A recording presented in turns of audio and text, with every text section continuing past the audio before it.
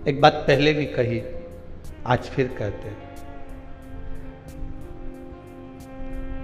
कोयले की कोठरी में जाओगे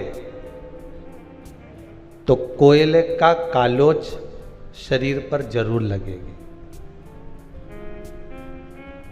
कोई भी चले जाए, साधारण से साधारण व्यक्ति भी अगर कोयले की कोठरी में जाएगा, कोयले की उस कार में जाएगा, कोठरी में जाएगा, तो उसको कोयले की कालोच लगेगी ही। उसी तरह आपका मन कोयले की कोठरी में जाने का ना करे तो भी चले गए तो कालोच लगी कि नहीं लगी? बोलो तो लगी ना। जाओगे तो लगेगी। आपका मन नहीं था कोठरी में जाने का, फिर भी चले गए तो कालोच लग गई है। कोयले की कोठरी में कालोच लगेगी ही। उसी तरह शिव महापुराण की कथा में अगर आप पहुंच गए तो भक्ति शंकर की लगेगी ही, ये पक्का। शिव भक्ति जरूर है। आप शंकर की कथा में अगर पहुंच गए हो, शिव महापुराण की कथा में अगर आप जाकर बैठ गए हो, कथा रस तत्व को ग्रहण करने बैठ गए हो, कथा रस तत्व को श्रवण करने बैठ गए हो, या टीवी चैनल के माध्यम से, कथा का समय थोड़ा सा बदला है। हमेशा कथा 2 बजे से 5 बजे होती थी, अब की बार कथा का समय बदल दिया गया। कथा सुबह 11 बजे से 2 बजे तक हो। जहाँ से शुरू होती थी वहाँ एंड पर पहुँच गए। 2 बजे चालू होती थी, 5 बजे तक होती थी। अब 11 बजे चालू होकर 2 बजे विराम हो जाएगी। जैसे कथा का समय निश्चित नहीं कि कभी 2 बजे हो रही, कभी 3 बजे हो रही, कभी 1 बजे हो रही, कभी रात्रि को हो रही, ये निश्चितता नहीं है।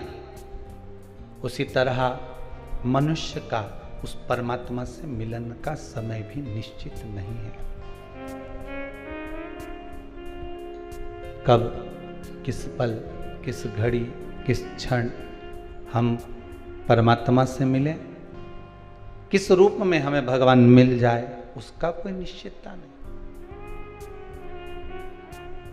कि भजन भोले बाबा का करते रहोगे तो संसार सागर से तरते रहोगे।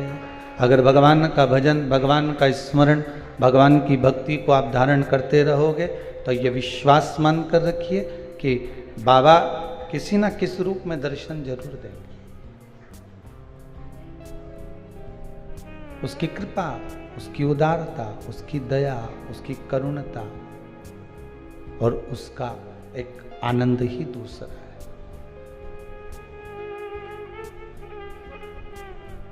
पूर्णिमा शिव महापुराण की कथा है।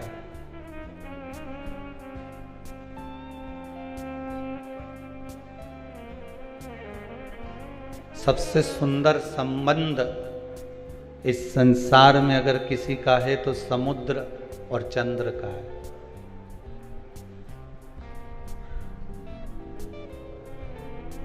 दुनिया का सबसे सुंदर संबंध है चंद्र और समुद्र का। चंद्रमा घटता है तो समुद्र की लहरें भी घटती है, ज्वार और भाटा। चंद्रमा यदि घट रहा है तो उस समुद्र की लहरें भी घट रही हैं।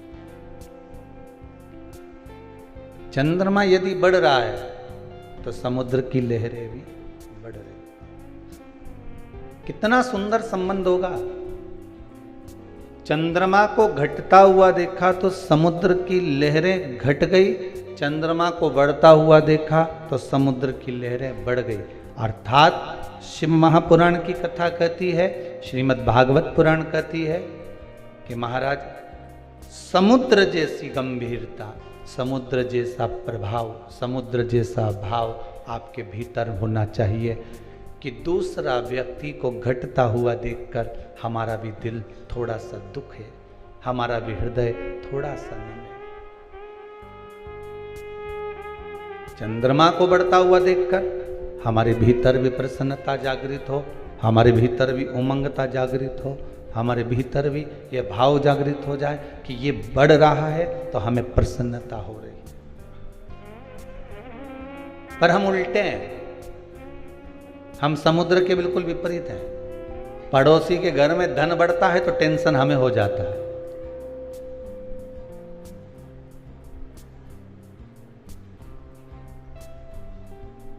चार देवरानी जेठानी है, एक जेठानी के घर में लड़की हो गई, एक जेठानी के घर में छोरा हो गया। हमें प्रसन्न होना चाहिए। अगर बेटी हो गई तो अधिक प्रसन्न होइए, और बेटा हो गया तो थोड़ा कम प्रसन्न होइए।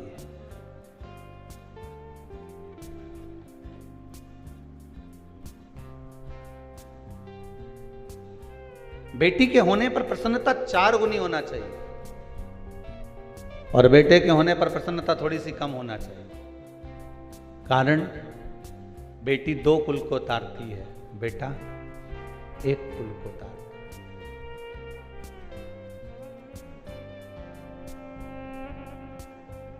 अब जो 2 कुल को तार रही है तो उसकी प्रसन्नता तो अधिक होना ही चाहिए, उसमें प्रसन्नता का भाव तो आना ही चाहिए, उसमें प्रसन्नता का आनंद तो होना ही चाहिए। हम दूसरे के सुख को देखकर हम सुखी हो जाएं, दूसरे के दुख को देखकर हम दुखी हो जाएं। ये समुद्र और चंद्र का जो भाव कहा गया है वो एक आनंद देने वाला है। केवल एक समुद्र और चंद्र का संबंध नहीं, मेरे देव अधिदेव महादेव और चंद्र जो उनके मस्तक पर विराजमान है उसका भी संबंध प्रबल है। ये जितनी पूर्णिमा के व्रत हैं, जितने 12 महीने जो पूर्णिमा पड़ती है, पूनम पड़ती है, ये भले दुनिया के लोग कहते हैं कि ये भगवान राधा और कृष्ण से संबंध रखते हैं, सीता राम जी से संबंध रखते हैं, राम और कृष्ण से संबंध रखते हैं, पर इनका यदि सही संबंध समझा जाए, इनके सही संबंध का यदि स्मरण करा जाए, इनके सही संबंधों का यदि वर्णन किया जाए, तो शिव और चंद्रमा के जो मिलन का केंद्र बिंदु है वही पूर्णिमा है। आगे अपन 12 महीने की जो पूर्णिमा की कथा है उसको श्रवण करेंगे।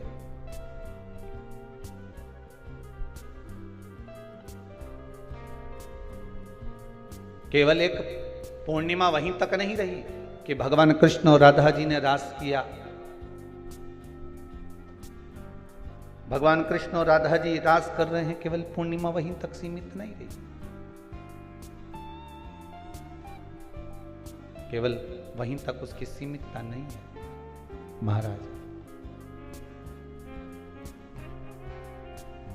लंकाधिपति रावण, लंकेश,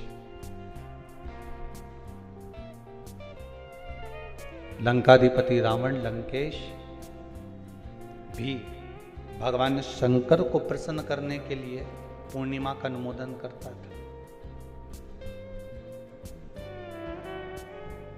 लंकाधिपति लंकेश, लंकाधिपति रावण, लंका में रहने वाला वो लंकेश भी पूर्णिमा का स्मरण करता। स्वयं माता सीता राघव जी का दर्शन करने के लिए पूर्णिमा के चंद्रमा का स्मरण करती है। स्वयं माता सीता, माता पार्वती चंद्रदेव को देखकर बार बार स्मरण करती है शिव की भक्ति।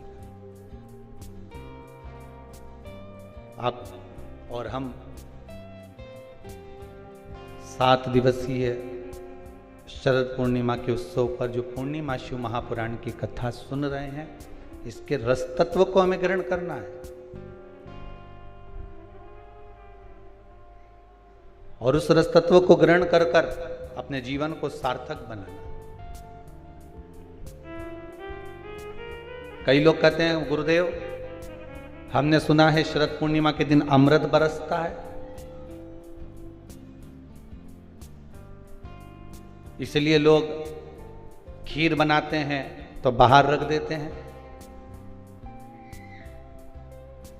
पहले हमारे यहाँ भी रखते थे, ऐसा नहीं कि हमारा पुराना मकान जो टीन का था, आप जब सीहोर में कभी जाएं तो पूछ लें, पतरे का मकान था।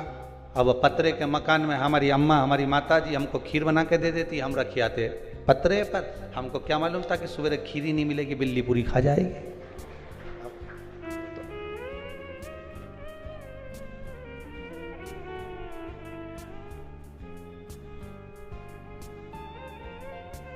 अब पहले ऐसा महसूस होता था कि हो सकता पड़ोसी पतरे पे से कूद कर आ गए हो, पर वो तो बाद में मालूम पड़ा कि बिलैया खा गई है। अमृत बरस रहा। तो शिव महापुराण की कथा कहती है केवल एक अमृत की बूंद है क्या? तो कहा शरद पूर्णिमा के दिन जो आप, हम, संपूर्ण विश्व के लोग, संसार के लोग जो भगवान का भजन करते हैं, रात्रि के समय पर जो भगवान का स्मरण करते हैं, भजन करते हैं, कीर्तन करते हैं, मंत्र जाप करते हैं, नाम जाप करते हैं, यही तो वो अमृत है। यही और कोई अमृत दूसरा है ही नहीं, और कोई दूसरा अमृत है ही नहीं। अमृत यदि है तो केवल एक भगवत नाम का ही अमृत।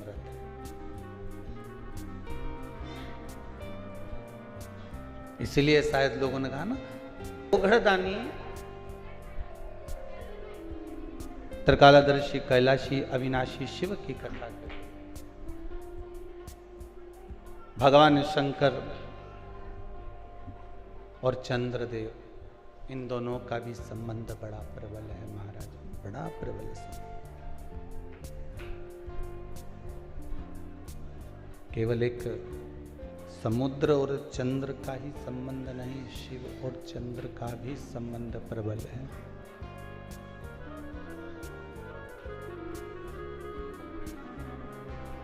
एक बात ध्यान रखिए,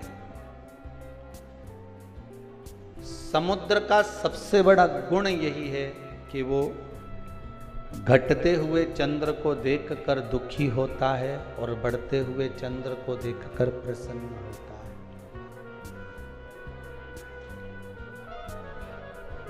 सबसे बड़ी प्रसन्नता ही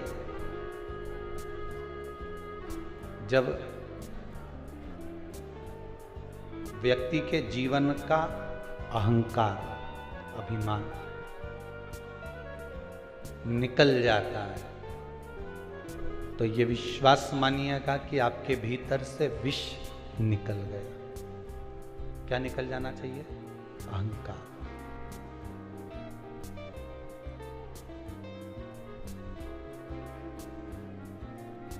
अभी परसों जलाया है ना रावण। रावण कब जलाया? अरे बोलो तो जम के, परसों।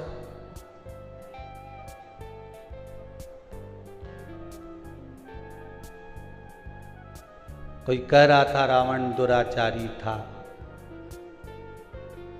ठीक है, पापी था, ठीक है,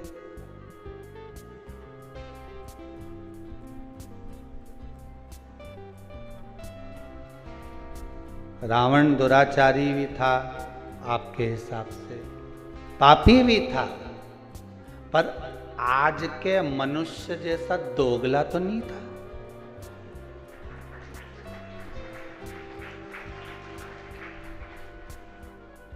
पापी था अपनी जगह पर, वो दुराचारी था अपनी जगह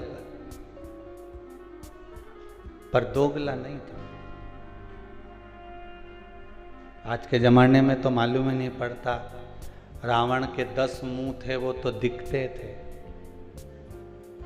आज के जमाने में व्यक्ति के कितने मुंह है नजर ही नहीं आते, वो दिखते ही।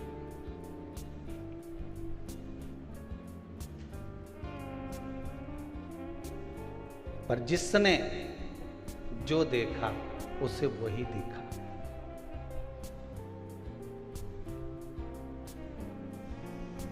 रावण ने माता सीता का तो स्पर्श भी नहीं करा जब तक लंका में मां जानकी रही, पर आज तक भी अगर पुतला जलता है तो वो रावण का ही जलता है। पुतला सही मायने में जलना था तो दुर्योधन और दुशासन का जलना था, जिसने तो चीर खींच दिया था।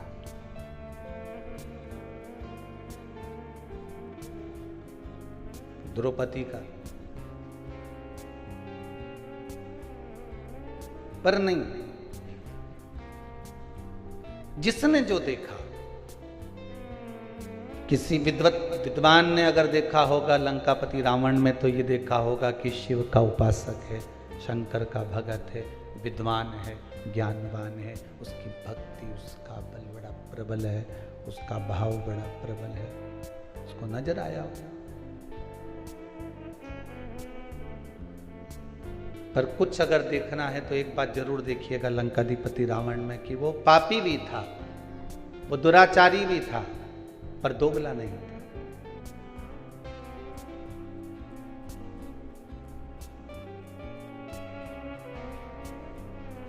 जो किया,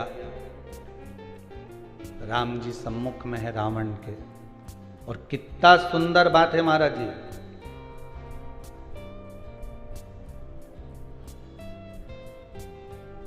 रावण संहिता के अंतर्गत लिखा है, भगवान राम ने रावण के पास में अपने छोटे भाई लक्ष्मण जी को भेजा था, जब वो पड़ा हुआ था भूमि पर। किसको भेजा है?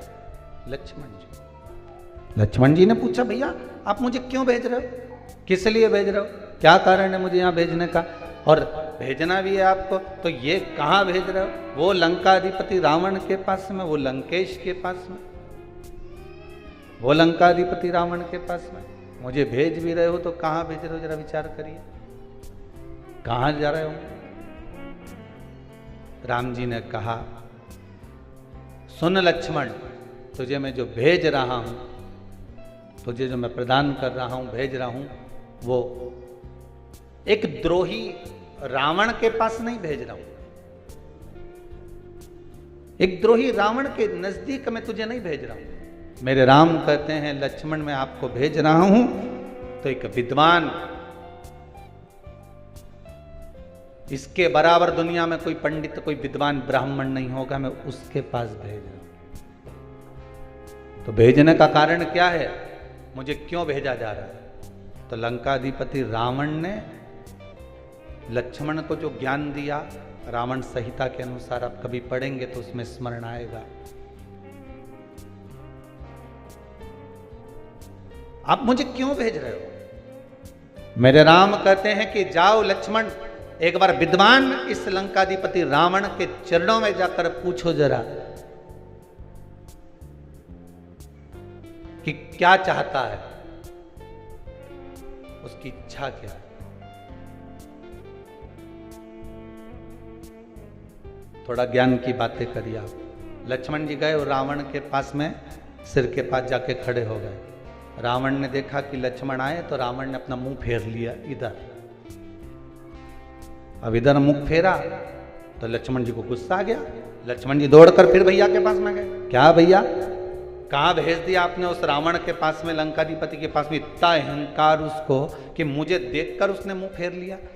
तो राम जी ने कहा, लक्ष्मण एक बात बता, गुरु जी के पास ज्ञान लेने जाते हैं तो उसके चरणों में बैठते हैं क्योंकि सिर पे बैठते हैं? लक्ष्मण जी बोले उनके चरणों में बैठते हैं। तो तू रावण से ज्ञान लेने गया था तो चरणों में खड़ा था कि सिर पे खड़ा था? लक्ष्मण बोले मैं सिर के पास खड़ा था। राम जी बोले अब चरणों में जाके खड़े हो, जाओ चरणों में जाओ। और रावण के चरणों में जैसे लक्ष्मण जी गए तब रावण ने लक्ष्मण जी को बुलाया और बुलाकर कहा, लक्ष्मण जी ने पूछा आपकी कोई अंतिम इच्छा हो, प्राण छूटने वाले हैं, आपके प्राण जाने वाले हैं, नाभि में अमृत सूख चुका है, बाण लग चुका है, आप मरने वाले हो, कोई आपकी इच्छा हो तो जरूर बताना। रावण मरते मरते भी एक सत्कर्म करते हुए चले गया। शायद दुनिया के लोग उसका वर्णन करें चाहे नहीं करें, पर पूर्णिमा शिव महापुराण की कथा आज ये अवस्थी परिवार भोपाल सरगुप्ता परिवार छत्तीसगढ़ से करा रहा है। तो इस प्रसंग को अपने जीवन में उतार कर रखना कि मरते मरते रावण एक सत्कर्म कर कर चला गया और लक्ष्मण जी से कहकर चले गया कि हे लखनलाल, मेरे राघव जी से विनती करना, मेरे राम जी से विनती करना कि मेरे जितने राक्षस मरे, ये तो मेरे राम जी और लखनलाल जी और उनकी सेना के द्वारा मरे हैं।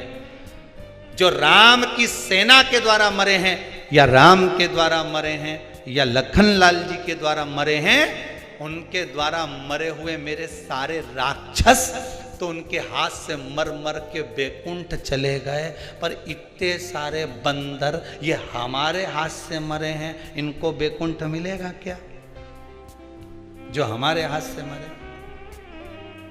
तो लखनलाल जी, आप राघव जी से विनती करना कि मेरे प्राण आज दशहरे पर छूटे हैं, पर पूर्णिमा तक इंतजार करना, मेरा अंतिम संस्कार तब करना जब ये बंदरों को भी कुछ अच्छा पद प्राप्त हो जाए, इन बंदरों को भी अच्छा पद प्राप्त हो जाए। रावण का शव पड़ा रहा, मंदोदरी बिलखती रही, रोती रही, विभीषण बात और संवाद राम जी से करते रहे, पूर्णिमा तक पड़ा रहा। तब अंत बिंदु क्या हुआ? जब पूर्णिमा का चंद्र आया, तब राघव जी ने कहा, ए चंद्रदेव, आप शंकर जी के मस्तक पर विराजमान हो, कृपा करो, इन रावण के साथ वालों का उद्धार तो मेरे हाथ से मरते से ही हो गया, बस इतनी कृपा और कर दीजिए कि आपकी चंद्रमा की अमृत की बूंद इन बंदरों पर गिरा दीजिए, जिससे ये पुनः जीवित हो जाए, इनको अमृत तत्व मिले। ये भक्ति का तत्व है,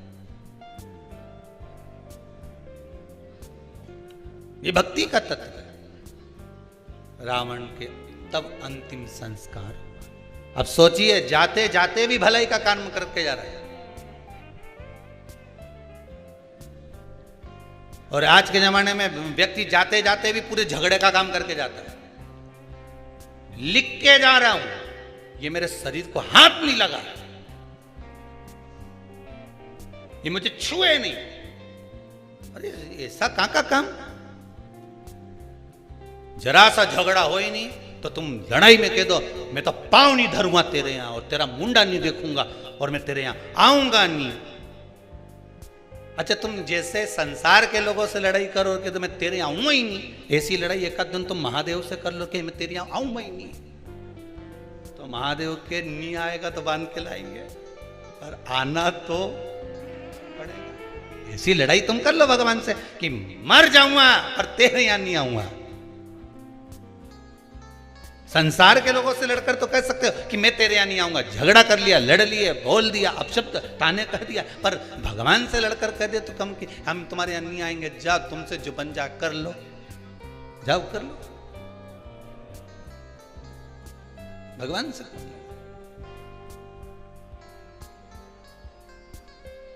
अमृत की वो बूंद है चंद्रमा, बरसा रहा। महाराज शिव महापुराण की कथा कह रहे हैं। शंकर नाम में वो अमृत छुपा हुआ है। क्यों कहते हैं महामृत्युंजय? क्यों कहा गया?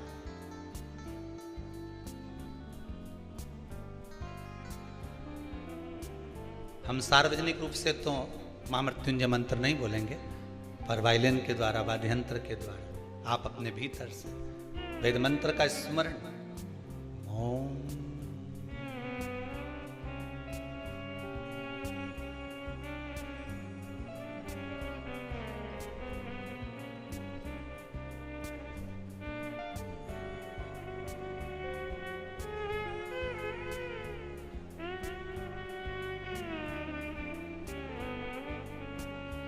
इसमें अमृत छुपा है। एक बार आप नेत्र बंद कर इसी वाद्ययंत्र के साथ ध्यान लगाकर इस त्र्यंबक मंत्र का, महामृत्युंजय मंत्र का फिर एक बार स्मरण करें।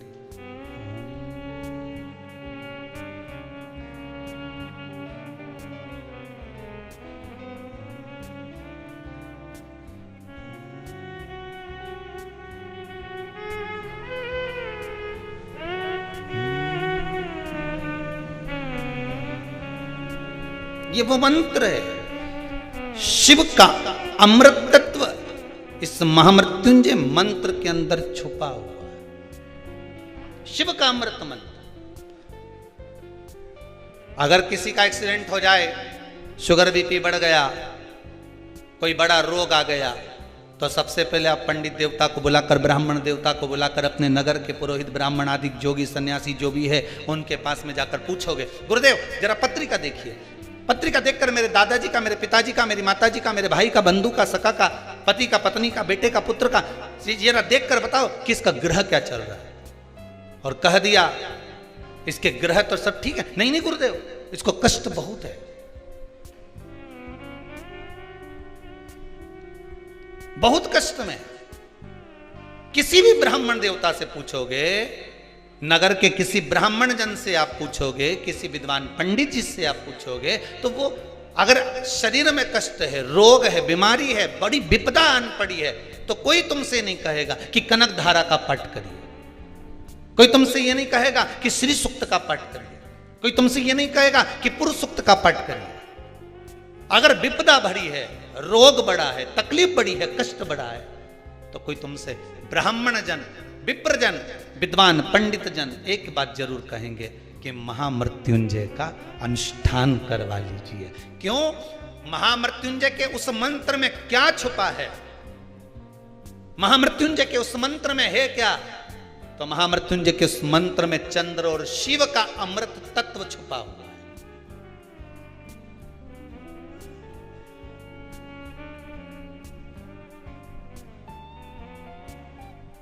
वो अमृत तत्व छुपा है। श्री शिवाय नमस्तुभ्यम, ये शिव महापुराण का मूल मंत्र है। जैसे भागवत जी का मूल मंत्र है ओम नमो भगवते वासुदेवाय, रामचरितमानस का मूल मंत्र है सीताराम, श्री राम।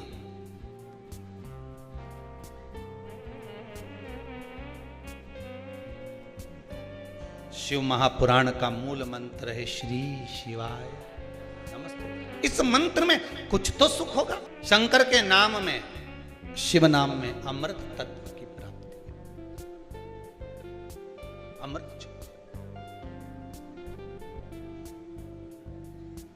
आप जब फ्री रहा करो, हम तो कहेंगे कुबेरेश्वर धाम में अगर आए हो, कुबेरेश्वर धाम में अगर पहुंचे हो और बाबा की कथा सुनने के लिए आए हो, तो जितना देर आपको समय मिला करे एकांत में बैठकर, कुबेरेश्वर धाम की कंकर में शंकर है, बैठकर, नहीं आए जिस जगह पर बैठकर कथा सुन रहे हो, भोजन बनाते हुए, सोफे पर बैठकर भोजन करते हुए, क्योंकि ये समय 11 बजे से 2 बजे का समय तो खाने का भी, निपटाने का भी है, तो आप जिस जगह पर हो उस जगह पर बैठकर शंकर की कथा का स्मरण करते हुए, नाम जाप करते हुए, नाम मंत्र बोलते हुए, श्री शिवाय नमस्तुभ्यम, इस मंत्र का स्मरण करते रहो, जपते।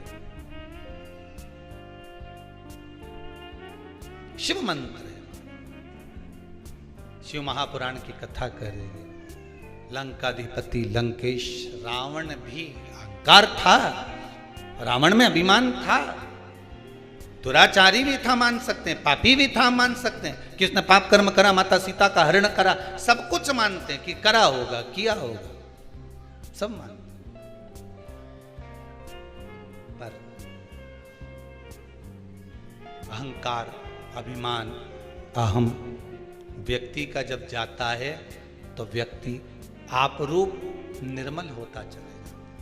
जब अहंकार जाता है तब निर्मलता जाती है। होता है कभी कभी गुल्लक, किस किस के यहाँ पर गुल्लक, बच्चे लोग जो पैसा डालते हैं, है किसी किसी के यहाँ? आप लोगों क्या, जितने लोग आस्था पर कथा सुन रहे हैं, एक छोटे से बच्चा, छोटा बच्चा एक गुल्लक तैयार करता है, उस गुल्लक में रुपया डालता जाता है, पैसा डालते जाता है, गुल्लक में रुपया पैसा भरते जाता है, पैसा डाल रहा है, रुपया डाल रहा है। पर विचार करिएगा, एक दिन गुल्लक को अहंकार आ जाए कि जितने रुपए डले हैं सब मेरे। बोलो सही बात है? ये गुल्लक के हैं क्या? है? और एक दिन गुल्लक को अहंकार आ जाए कि जितना रुपया डाला ये सब मेरा है, इसमें जितना पैसा पड़ा सब मेरा है, और गुल्लक को अहंकार आ जाए और एक दिन कहीं का व्यक्ति आए और छोरे ने जो गुल्लक उठाई ने उनके दो दोचा फेंका ने पैसा सब निकल के बाहर आया, तब गुल्लक को समझ में आया कि जब तक मैं फूटी नहीं, जब तक मुझे फोड़ा नहीं, जब तक मुझे तोड़ा नहीं, जब तक मैं टूटी नहीं, तब तक ये धन मेरा था। गुल्लक को अभिमान था जब तक धन मेरा था, और जैसी टूट गई फिर समझ में आया कि ये धन मेरा नहीं था, मैं तो गुल्लक थी, इकट्ठा कर रही थी, दूसरे के लिए जोड़ रही थी, और एक दिन जिसके लिए जोड़ा उसी ने मुझे, हर जम के तो बोलो, तोड़ा। मैंने जिसके लिए जोड़ा उसी ने मुझे तोड़ा, और तोड़ा तो मैंने जिंदगी भर इसी के लिए जोड़ा था, मुझे छोड़ना पड़ेगा, देना पड़ेगा। गुल्लक की कथा नहीं, अपन सब की कथा है। जैसे गुल्लक में 5-5 रुपया, 2-2 रुपया, 10-10 रुपया, 50-50 रुपया, 100-100 रुपया, 1000-1000, 2000, ये सब जोड़ जोड़ कर जो हमने रखा गुल्लक में, उसी तरह हम गुल्लक की तरह हैं। एक छोटा सा फ्लैट है, खरीद लो, थोड़ा सा बना लो, किसके लिए? बच्चे बड़े होंगे उसमें रहेंगे। गुल्लक की तरह हम भी जोड़ना है। साड़ी मिली माई कैसे? नहीं पहनी, अच्छी थी, बेटी के लिए रख दी, और अच्छी थी, बहू को चढ़ावे में चढ़ा देंगे। रकम ले रही हूं दिवाली पर, ऐसी रकम लूं कि बहू के चढ़ावे में चढ़ जाए, ऐसी रकम लूं कि बेटी के काम में आ जाए, ऐसी रकम लूं कि छोरा पहन ले, ऐसी रकम लूं कि छोरी पहन ले। अब हम गुल्लक की तरह पैसा जोड़ रहे हैं, जोड़ रहे, जोड़ रहे, और जिसके लिए जोड़ा एक दिन उसी ने तोड़ा। जिस चीज का तुमको अहंकार होगा, जिस चीज का तुमको अभिमान होगा, सबसे पहले परमात्मा उसको खींच लेगा। काया का अहंकार करोगे तो सबसे पहले काया जाएगी। धन का अभिमान करोगे तो सबसे पहले धन जाएगा। सबसे ज्यादा अहंकार होता है इन दांतों को खाने का, सबको काट खाऊं, सबको चबा जाऊं, पूरे शरीर में सबसे पहले यही जाए, पूरे शरीर।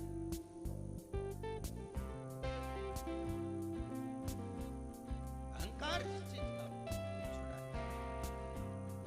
स्वयं चंद्रदेव की कथा कहती है, चंद्रमा को अहंकार आ गया, मेरी सुंदरता इतनी है, इतनी सुंदर चंद्रदेव स्वयं इतने इतने अभिमानित हो गए कि अपने गुरु की धर्म पत्नी तक को निगाह में, दृष्टि में भर लिया।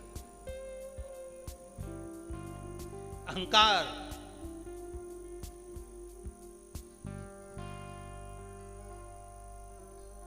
अहंकार जब आता है व्यक्ति समझ नहीं पाता है। जब अहंकार आ गया वो समझा नहीं।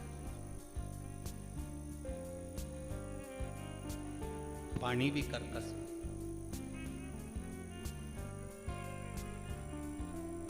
कौवा और कोयल दोनों में सबसे अच्छा कौन बोलता है? जम के तो बोलो जरा। कोयल अच्छा बोलती है, ठीक है। कौवे ने तुम्हारा कुछ बिगाड़ा क्या? अरे बोलो तो जम के। नहीं। कोयल ने तुमको रिश्वत दी क्या? तो फिर तुमने कोयल का नाम क्या को लिया है? कोयल ने ना तो तुमको रिश्वत दी, कोयल ने ना तुमको कुछ एक केरी तोड़ के दी, कोयल ने ना तुमको कभी लड्डू लाके दिया, और तुमसे पूछा कि कौवा और कोयल में जोरदार कौन बोले, तो तुम तुरंत बोल दिए, जितने आस्था चैनल पे कथा सुन रहा है तुरंत बोले कोयल अच्छा बोलती है। तो कौवे ने तुम्हारा क्या बिगाड़ा था रे? वो तो बेचारा श्राद्ध में जीवने भी आए, और नहीं आए तो तुम थाली लेके काव काव करता रहा जाए।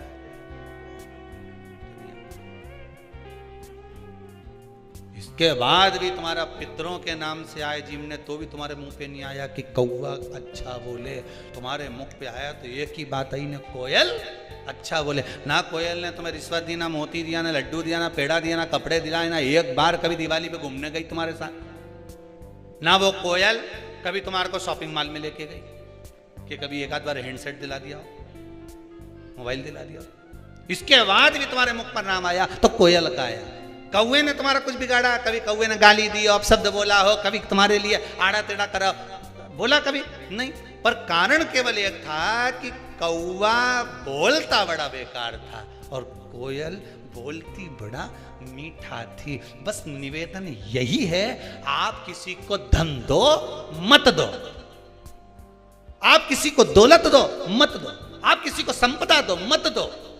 मेरा निवेदन केवल इतना सा है, घर में जितनी माताएं निवास करती हैं, घर में जितनी बहुएं निवास करती हैं, घर में जितने बेटे रहते हैं, घर में जितने बुजुर्ग रहते हैं, उन सब से निवेदन है कि कौवा ना तो किसी का कुछ बिगाड़ता है और कोयल ना किसी को कुछ देती है तो भी कोयल की बड़ाई होती है। उसी तरह तुम भी कुछ मत दो, रोटी बनाना हो तो बनाओ, नहीं बनाना मत बनाओ, जाओ ने कमरा में सो जाओ, पर मुंडा से जो आवाज निकालो तो कोयल जैसी निकालो, तो दुनिया में तुम्हारा पूछने वाला ढेर हो जाए, ढेर पूछेंगे।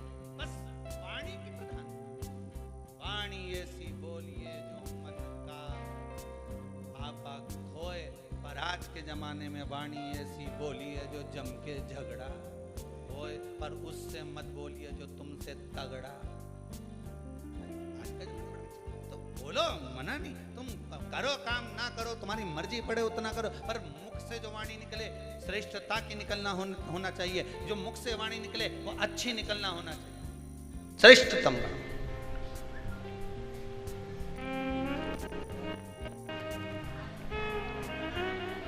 मिठास,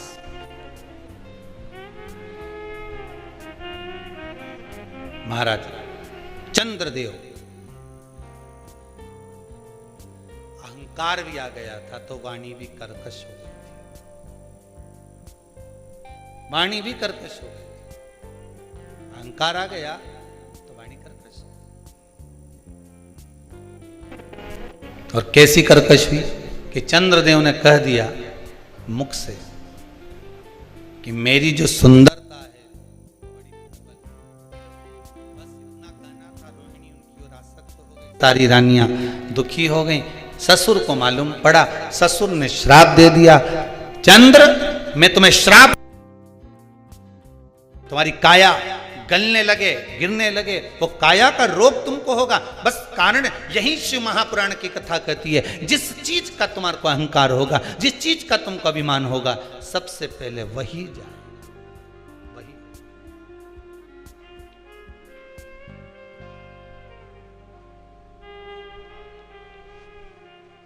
वो कहे ना, धन दौलत बालो सुन लो, एक दिन ऐसा आएगा, धन दौलत और माल खजाना सभी पड़ा।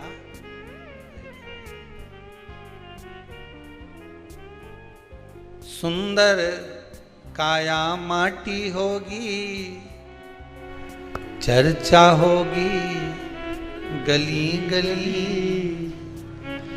ले लो रे कोई राम का प्यारा, शोर मचाऊं गली गली, शोर मचाऊं।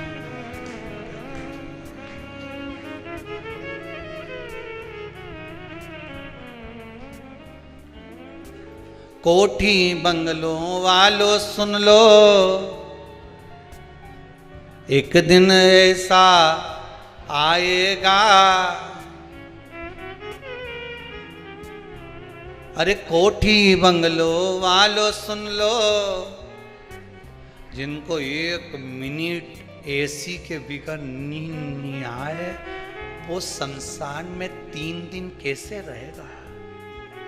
3 दिन ही रखते ना। अरे बोले तो सही, एक दिन आग लगाई, दूसरे दिन तक ठंडा हुआ, तीसरे दिन भर के ले गए, छोड़िया।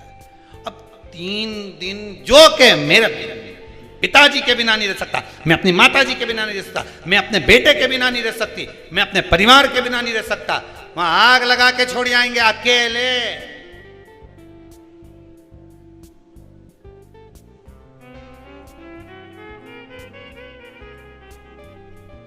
हमारा तो निवेदन है, जो जिसको ज्यादा लगे ना कि मैं बिना एसी के नहीं रह सकता, मैं तो कहीं पे भी जाता हूं तो एसी का कमरा चाहिए, एसी का कमरा, उनसे निवेदन है शमशान में जाने से पहले एक एसी लगवा जाना।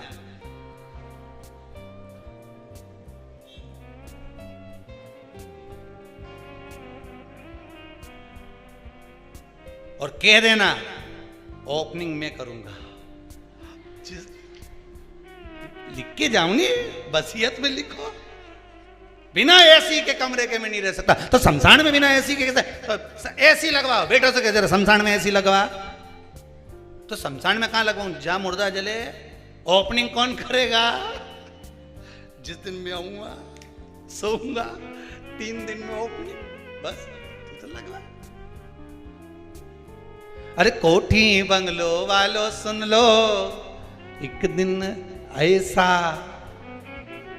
इसीलिए कहते हैं, बार बार निवेदन करते हैं, साल भर में कम से कम 5 दिन 7 दिन ऐसे निकालो कि गुरु के चरणों में जाकर रहो। जब गुरु के चरणों में जाकर रहोगे तो ना तुम्हारा एसी का कमरा मिलेगा, ना डनलप का गद्दा मिलेगा, एक जरा सा कारपेट मिल गया, उस पे छोटा सा चद्दर डाल लो, पड़े रहो। वहीं पे जाकर अहंकार टूटता है, केवल गुरु के दरवाजे पर। कहीं अहंकार टूटेगा तो वहीं टूटेगा, पड़े रहे 7 दिन 8 दिन गुरु के चरणों में जाकर, भगवान के चरणों में जाकर, किसी तीर्थ में जाकर, वहां अहंकार को तोड़ कर रहना, अहंकार के साथ। चंद्र को अहंकार था, काया का काया बेकार हो गई। ऐसी गई काया, टपकने लगी, टपक रही, रोने लगा चंद्र। क्या करूं मैं, करूं क्या? देव ऋषि नारद मिले, नारद भी गुरु हैं, गुरु ने बता दिया, और गुरु होता ही ऐसा है, मार्ग बता दिया।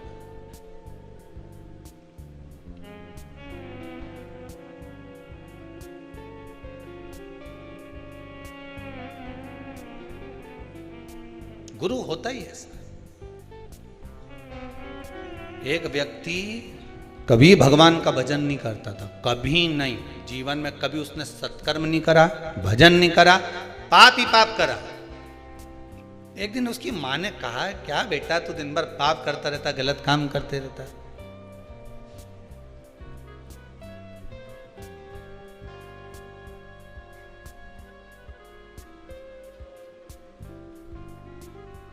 अच्छा देखो, 3 सोते हुए अच्छे लगते हैं। कौन? जम के बोलो। 3 सोते हुए अच्छे लगते हैं। पहले नंबर पर शेर, दूसरे नंबर पर पियक्कड़। अब हंसे क्यों? अब इसमें हंसने की बात क्या? अब उसमें सीधी बात। 3 सोते हुए अच्छे लगते हैं। पहले नंबर पर शेर, दूसरे नंबर पर पियक्कड़, तीसरे नंबर पर सांप। ये तीनों जागते हैं तो गड़बड़ी करते हैं। इसलिए ये तीनों जितने सोते रहते हैं, इनको देखकर सोता रहे भगवान, सोता रहे। जंगल में शेर सोता रहे तो तुम्हारा कुछ बिगड़े? अरे बोलो बोलो ईमानदारी से। और अगर शेर जग जाए तो बिगड़े ही बिगड़े, फिर तो सुधरेगी। और दूसरे नंबर पर पियक्कड़ सोता रहे, तब तक भगवान इसको थोड़ा सुना देना। और जो पियक्कड़ उठा, फिर तो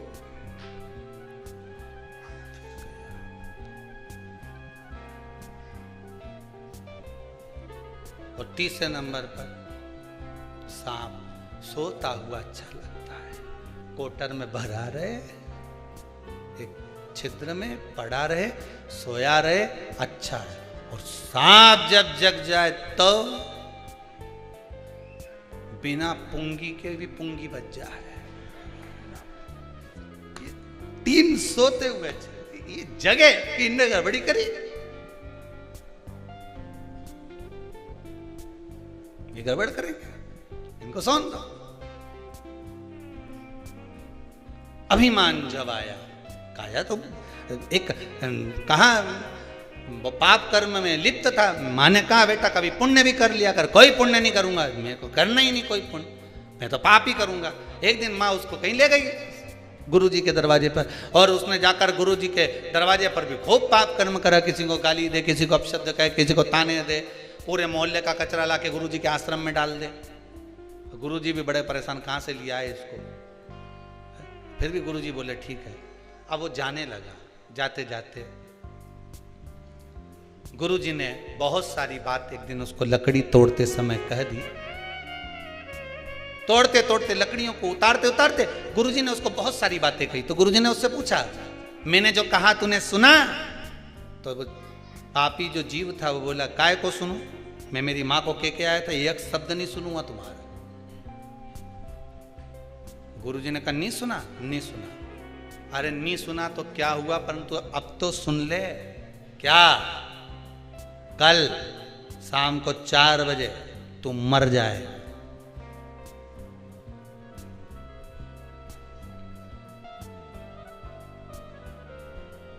मरेगा ये पक्का है, पर अगर मर भी जाए ना, परमात्मा के सामने भी पहुंच जाए, तो परमात्मा से कह देना, जो लेने आए उसे एक ही बात कहना।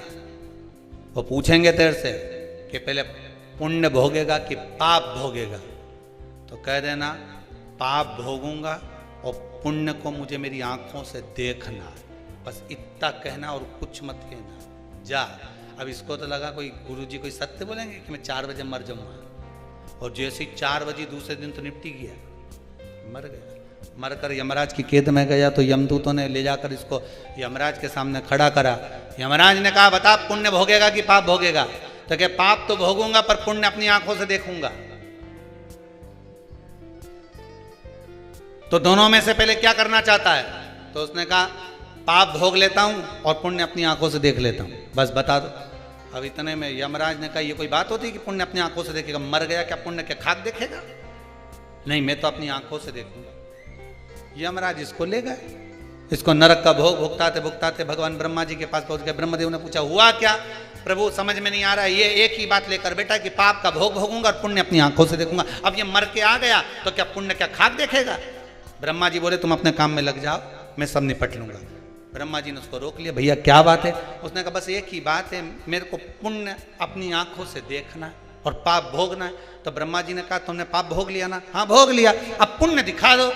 तो ब्रह्मा जी ने कहा, भैया पुण्य केवल इतना सा है कि मरने से पहले तूने गुरु की एक बात मान ली और यहां आकर उस बात को कह दिया कि पाप भोगूंगा और पुण्य अपनी आंखों से देखूंगा।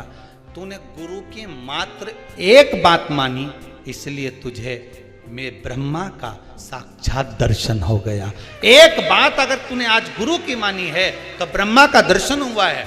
ये शिव महापुराण की कथा वेद व्यास जी महाराज 24,000 श्लोक को, शिव महापुराण के इन संवादों को, इन श्लोकों को, इस शिव महापुराण को, भागवत आदि पुराणों को अगर वेद व्यास जी ने लिखा है और किसी ब्राह्मण के मुख से आप श्रवण कर रहे हैं, एक संवाद, एक शब्द भी अगर आपने अपनी जिंदगी में उतार लिया तो यह पक्का है कि पुण्य तुम्हारे सम्मुख में आकर खड़ा हो जाएगा और परमात्मा का, मेरे शिव का एक ना एक दिन दर्शन जरूर हो जाएगा। यह पक्का है।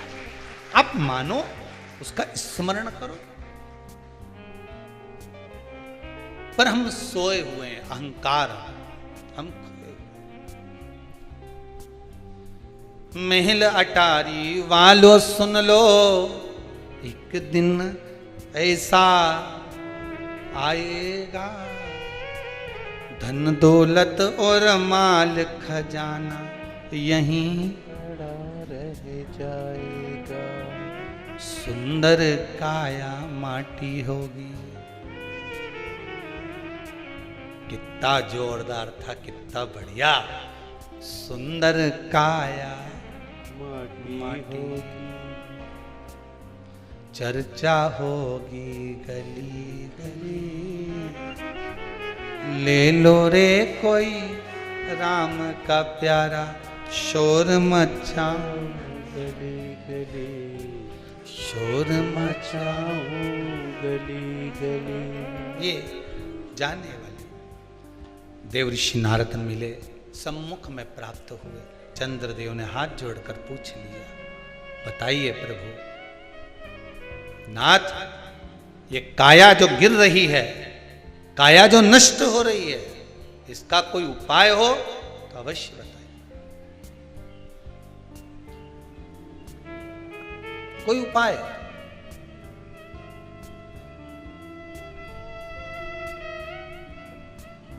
बात ध्यान रखिएगा, यदि काया का रोग हो गया, मान लो शरीर कहीं से सफेद पड़ रहा है, कहीं से काला पड़ रहा है, शरीर में से खाल की फुकड़ी निकलना प्रारंभ हो गई हो, शरीर में काले काले चट्टे पड़ना चालू हो गए हों, या कोई विशेष रोग हो गया, कोई विशेष अकाल मृत्यु वो मरे जो काम करे चंडाल का, काल उसका क्या बिगाड़े जो भक्त हो महाकाल का। शरीर में रोग है, बीमारी है, काया बेकार हो रही है, तो सीधी सीधी बात शिव महापुराण की कथा कहती है, सुंदर आनंद में श्रवण कर कर आप अपने जीवन को, ये पूर्णिमा शिव महापुराण की कथा कहती है, शरद पूर्णिमा आ रही है, कुछ नहीं करना, पीपल का एक पत्ता, उस पत्ते पर थोड़ा सा चावल, थोड़ा सा चावल, पूर्णिमा की रात्रि को अपने हाथ में लेकर, अपने नयनों से लगाकर, शरीर पर से स्वयं उतार कर उसको दरवाजे के पास रख दीजिए। पूर्णिमा की रात्रि को पूर्ण होने पर उस चावल को दूसरे दिन सूंघ कर बहते हुए पानी में डाल दीजिए। महाराज कितने भी रोग से ग्रसित हो गए, पीपल का एक पत्ता 52,000 ब्राह्मण की साक्षी कराता है। महाराज बहुत ध्यान देना, पीपल के वृक्ष में स्वयं नारायण का, मेरे कृष्ण का वास है। स्वयं भगवान गीता के अंतर्गत कहते हैं कि मैं पीपल का वृक्ष हूं, नारायण उसी में। 52,000 ब्राह्मणों का वासा एक पीपल के पत्ते में होता है। और आपको पहले भी कथा में कहा, गाय ब्राह्मण बहन बेटी ये सब काल का हरण करने वाले हो, काल को हरने वाले हो, रोग को मिटाइए। शिव का स्मरण करो। पूर्णिमा के दिन चावल का एक आखा दाना, आखा दाना जानते हो, पूरा खंडित चावल नहीं, कितना चावल, एक दाना चावल का शंकर भगवान के शिवलिंग पर समर्पित करिए। एक बेलपत्र जिसका डंडी का मुख अपनी ओर हो, जहां से चावल चढ़ाया है, उस चावल के ऊपर अपनी कामना कर कर रख दीजिए और चंद्रमौली भगवान का स्मरण करिए। कौन से भगवान? शंकर भगवान का सर्वश्रेष्ठ सुंदर नाम है चंद्रमौली। चंद्रमौली भगवान का स्मरण करिए, अपनी कामना कर कर बेलपत्र समर्पित कर कर शिव जी पर एक लोटा पानी, एक जल पात्र समर्पित करो, कलश से जल चढ़ा दीजिए, नैनों में वो जल लगाकर अपनी कामना कर कर वापिस घर को आइए। अगली शरद पूर्णिमा आएगी, जो कामना करी है मेरा चंद्रमौली भोलेनाथ उसे पूर्ण कर ही देगा। शिव उपासना के लिए जितनी 12 महीने में पूर्णिमा पड़ती है, एक एक पूर्णिमा का व्याख्यान वर्णन करेंगे। आज तो कथा का महत्तम दिवस है, पहला दिवस है, तो हम उसको महत्व समझें कि पूर्णिमा का महत्व क्या है, हम उसका महत्व समझें कि शंकर और चंद्र का रिश्ता क्या है, संबंध क्या है।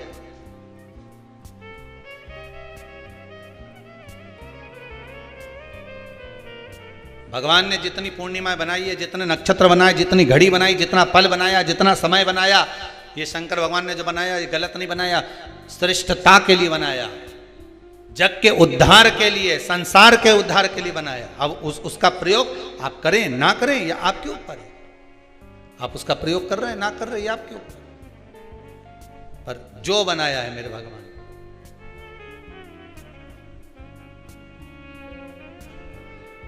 शिव देने। चंद्रमा ने देवऋषि नारद के चरण को पकड़ लिया। नारद जी बोले क्या हो गया?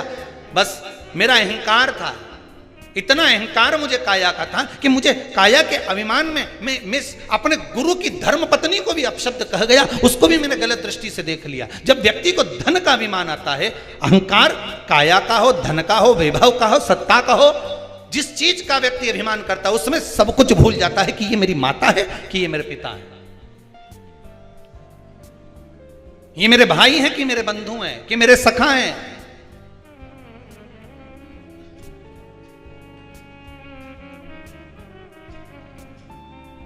एक व्हाट्सएप पे एक मैसेज भेजा था किसी ने, उसमें लिखा था, गुरुजी भगवान से प्रार्थना करवाना कि जैसे नवरात्रे में हमारे घर की बहुएं, हमारी घर की बेटियां इतना सुंदर सुंदर श्रृंगार कर कर सज कर इतनी जोरदार जोरदार गरबा करती हैं, इतनी एनर्जी इनको जो नवरात्रे में माता जी 9 दिन देती है, ऐसी ही एनर्जी दीपावली पर लिपाई पुताई और पुछाई के लिए दे दे, ऐसी प्रार्थना करना।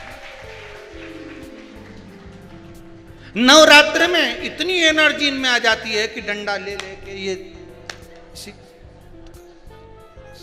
एक पाँव वहाँ एक पाँव वहाँ, बस भगवान से प्रार्थना करना गुरुदेव की ऐसी एनर्जी हमारी बहू बेटियों में भगवान दिवाली तक ऐसी दे दे कि सारे डब्बे पोंछ पोंछ के धर दे।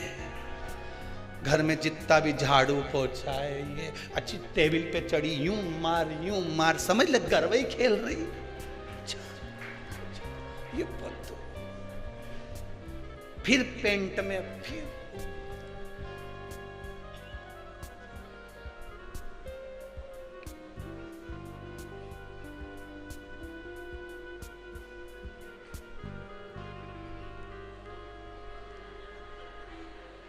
अब वो एनर्जी ना जाने कहां चली जाती है। 9 दिन के बाद अगर सास कह दे कि बेटी उधर से झाड़ू लगाती लगाती लिया और सारे रसोई घर के डब्बों को निकाल के धो के पोंछ ले, उतने में तो 4 दिन से तो मेरी कमर ही दुख रही है, एनर्जी खत्म, वो बल समाप्त। शिव कथा कह रही है अहंकार ना करिए, अहंकार में 3 गए धन वैभव और वंश, ना मानो तो देख लो रावण कौरव कंस, ये तीनों अहंकार में चले गए। आपका अभिमान, आपका अहंकार आपको परमात्मा से दूर कर देगा,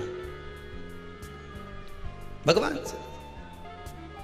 अच्छा एक बात बताइए कि कई लोग कहते हैं कि कई तुम जहां जहां जाते हो ना, ऐसे वो जिनके शरीर में ऐसे ऐसे लोग घूमते हैं और घूमने के बाद कहते हैं कि तेरी कुल देवी तुझसे रूठ गई, कहते हैं ना, तेरे से तेरा ये देवता रूठ गया, वो देवता रूठ गया, परमात्मा रूठ गए।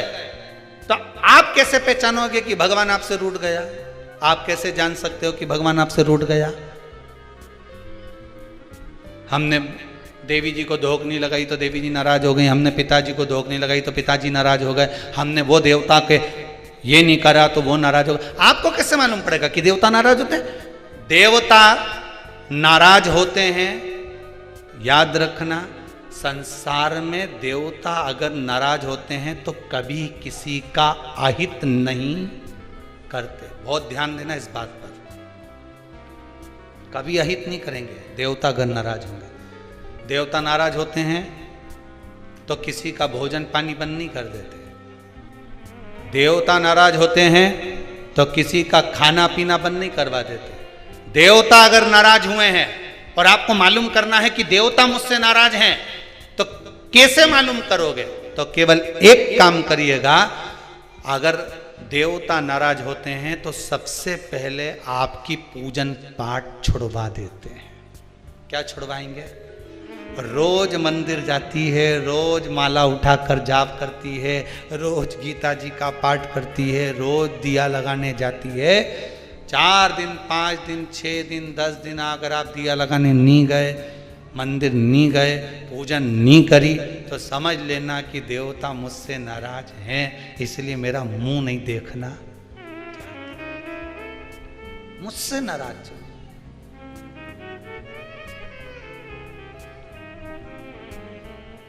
लक्ष्मी नहीं आ रही घर में, देवता नाराज है? नहीं नहीं नहीं, लक्ष्मी नहीं आ रही उसके लिए देवता नाराज नहीं है।